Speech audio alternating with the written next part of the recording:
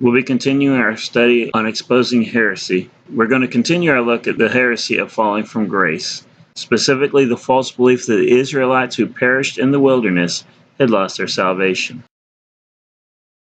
Looking at Hebrews chapter 3, beginning at verse 9. When your fathers tempted me, proved me, and saw my works for 40 years, wherefore I was grieved with that generation, and said, they do always err in their hearts, and they have not known my ways. So I swear in my wrath, they shall not enter into my rest. Jumping ahead to Hebrews chapter 4, verse 1.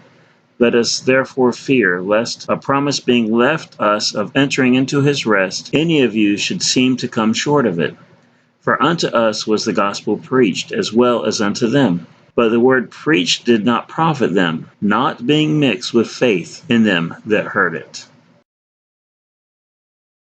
That the Israelites fell in the wilderness is clearly taught in the Bible. Some were convicted of the grossest sins, and thousands of them were put to death for their crimes. Others were severely punished and died natural deaths in the wilderness, not being permitted to enter into the promised land. The idea that this teaches the doctrine of falling from grace is based on at least two errors.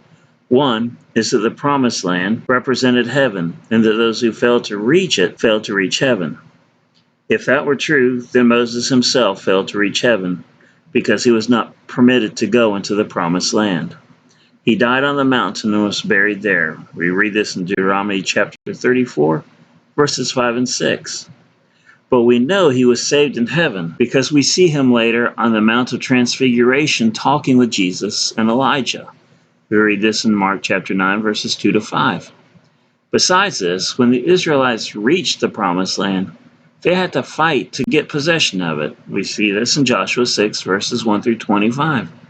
Surely we shall not have to fight to drive the enemy out of heaven. Evidently, the promised land did not represent heaven. Another error is in supposing that the Israelites who fell into such terrible wickedness in the wilderness had ever been saved. In the lesson, Hebrews chapter 3 and 10, we read, they do always err in their heart, and they have not known my ways. Then in Hebrews 4 and 2, we read, the word preached did not profit them, not being mixed with faith in them that heard it. Evidently, none who fell into such gross sins had ever been saved. Proofs concerning this? Well, had those who fell in the wilderness ever known God's way? We read in Hebrews 3 and 10, wherefore I was grieved with that generation, and said, they do always err in their heart, and they have not known my ways. Did those who fell in the wilderness ever believe the gospel? We'll look first at Hebrews 4 and 2, for unto us was the gospel preached, as well as unto them. For the word preached did not profit them, not being mixed with faith in them that heard it. Then we'll look at Hebrews chapter 3, beginning at verse 17. But with whom was he grieved for 40 years? Was it not with them that had sinned, whose carcasses fell in the wilderness? And to whom sware he that they should not enter into his rest? But to them that believe not? So we see that they could not enter in because of unbelief. What strong assurance have we that God will keep all who are his? Hebrews chapter 6, beginning at verse 17, wherein God, willing more abundantly to shew unto the heirs of promise the immutability of his counsel, confirmed it by an oath, that by two immutable things, in which it is impossible for God to lie, we might have a strong consolation, who have fled for a refuge to lay hold upon the hope set before us. Is our hope sure and steadfast? Hebrews 6:19. Which hope we have as an anchor of the soul, both sure and steadfast, and which entereth into that within the veil. With what is a Christian sealed? Ephesians 4:30 tells us, and grieve not the Holy Spirit of God, whereby ye are sealed unto the day of redemption.